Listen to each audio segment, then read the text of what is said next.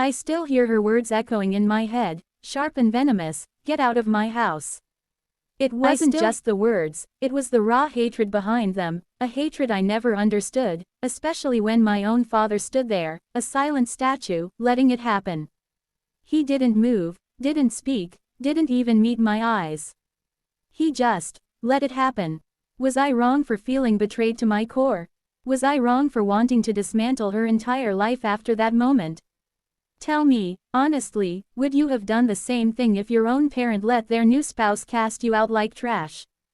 It all started, I guess, when my mom passed away. I was only 10, and it felt like the world had been ripped out from under me. My mom was my anchor, my best friend, the one who always knew how to make me laugh even when I didn't want to. Her death left a gaping hole in our small family, a void that my dad tried to fill with, well, with a lot of things. He became distant, lost in his grief, and I felt like I was navigating my childhood alone. About a year later, he met Brenda. Brenda was everything my mom wasn't. My mom was gentle, artistic, always smelling faintly of lavender and paint. Brenda was loud, brash, and always smelled like cheap perfume and cigarettes. I tried, I really did, to give her a chance. I was a kid, desperate for some semblance of normalcy, for my dad to be happy again. But Brenda never made it easy. From day one, it was clear she saw me as an obstacle, a painful reminder of my dad's past, and a drain on his resources. She'd make little comments, snide remarks about my clothes, my hobbies, my grades. If I left a toy out, it was a catastrophe. If I asked for something, it was an extravagant request. My dad, bless his heart, was oblivious for the longest time. He was so wrapped up in Brenda, in this new life he was trying to build, that he couldn't see the subtle cruelty simmering beneath the surface.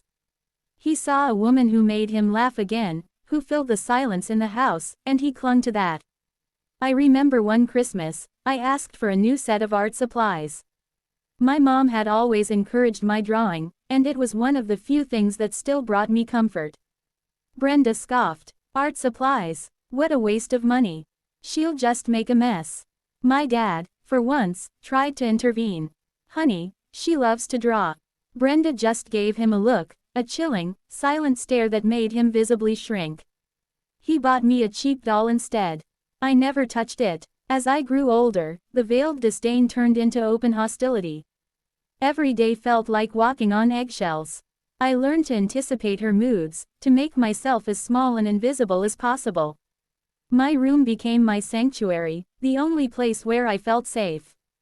I spent hours there, reading, drawing, listening to music, anything to escape the constant tension downstairs. My dad's silence became another character in this twisted play.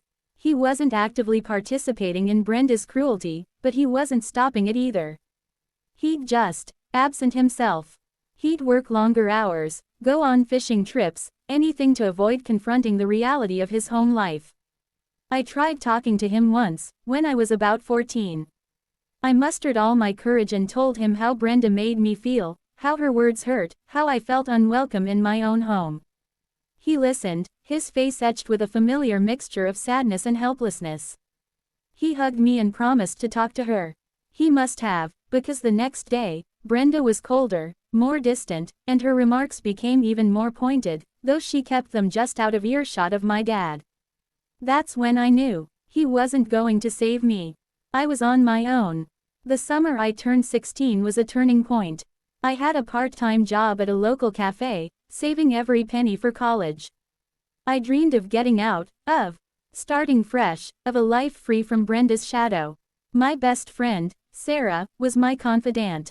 She saw firsthand how Brenda treated me when she came over. She'd often encourage me to tell my dad everything, to demand he do something. But I was tired of fighting, tired of hoping for a change that would never come. It felt like a slow death by 1,000 paper cuts. The incident that finally broke the camel's back happened over something incredibly trivial. I had come home from work, exhausted, and forgotten to put my shoes away immediately. I'd kicked them off by the door, intending to put them in my closet after I grabbed a glass of water. As I walked into the kitchen, Brenda was standing there, arms crossed, a venomous smirk on her face. Look what the cat dragged in. Can't even bother to clean up after yourself, can you? This isn't a pigsty, it's my house. My dad was sitting at the kitchen table, reading the newspaper, a cup of coffee steaming beside him. I took a deep breath, trying to keep my voice even. I was just about to put them away, Brenda. I just got home. Don't you dare talk back to me. She shrieked, her voice rising to a crescendo. You think you can just waltz in here and do whatever you want? This isn't your mother's house anymore. This is my house, and you will follow my rules. My dad looked up from his newspaper, a flicker of discomfort in his eyes, but he didn't say anything. He just watched. My blood began to boil. Years of suppressed anger, hurt, and resentment bubbled to the surface. This is my home too. I yelled, my voice cracking. My dad lives here, and I live here too. Brenda's face contorted into a mask of pure rage. No, you don't. You are a burden, a reminder of what I had to put up with. Get out of my house.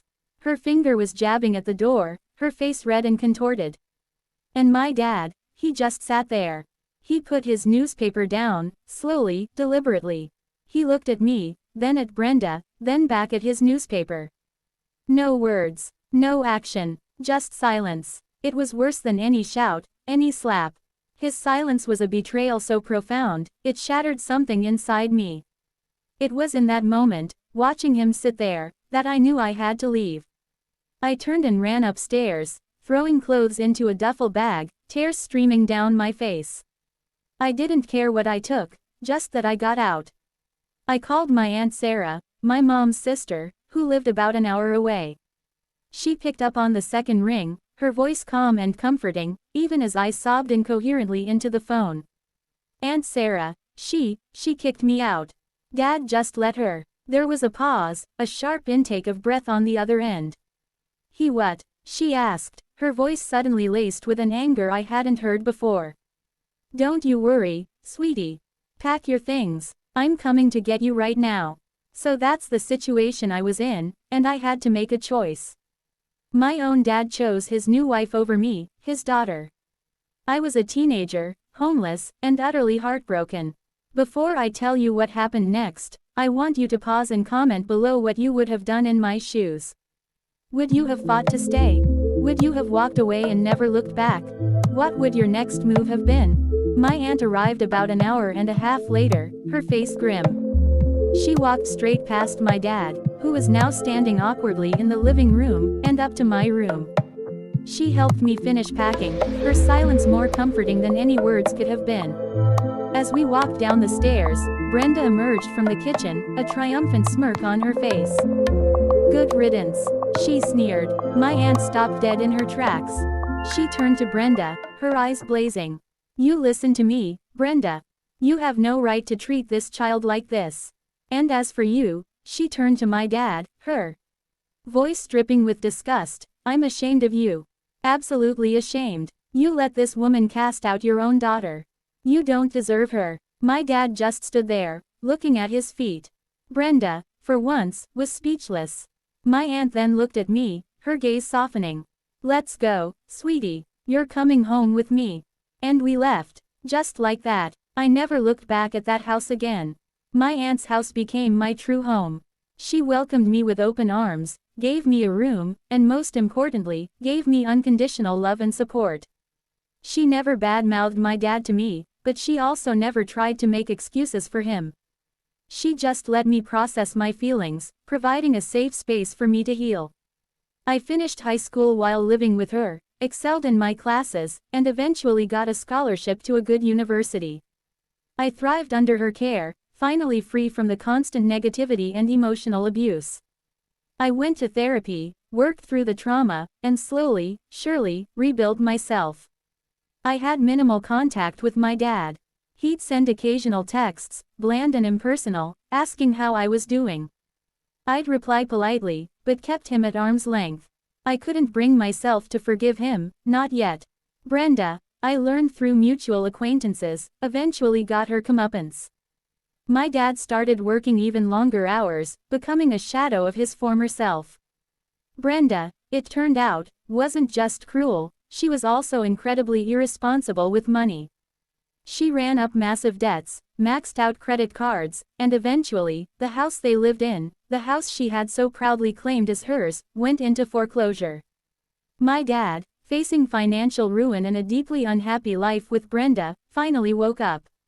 He divorced her, losing almost everything in the process. He tried to reconcile with me then, to apologize, to explain. He came to my aunt's house, begging for forgiveness. He looked broken, defeated.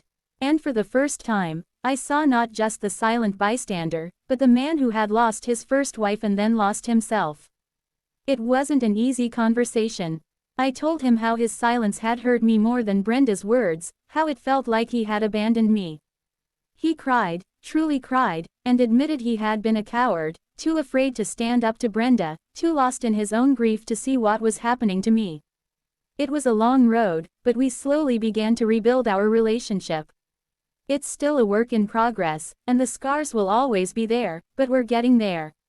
My aunt, meanwhile, is my hero. She stepped in when no one else would and gave me a life. I made sure to thank her every day, and I vowed to always be there for her, just as she was there for me. I graduated college with honors, got a great job, and bought my own little apartment. It's not a mansion, but it's mine, and it's filled with love and warmth. This whole mess taught me a lot about family, about silence, and about the power of standing up for yourself. Sometimes, the people who are supposed to protect you fail, and you have to find strength in unexpected places.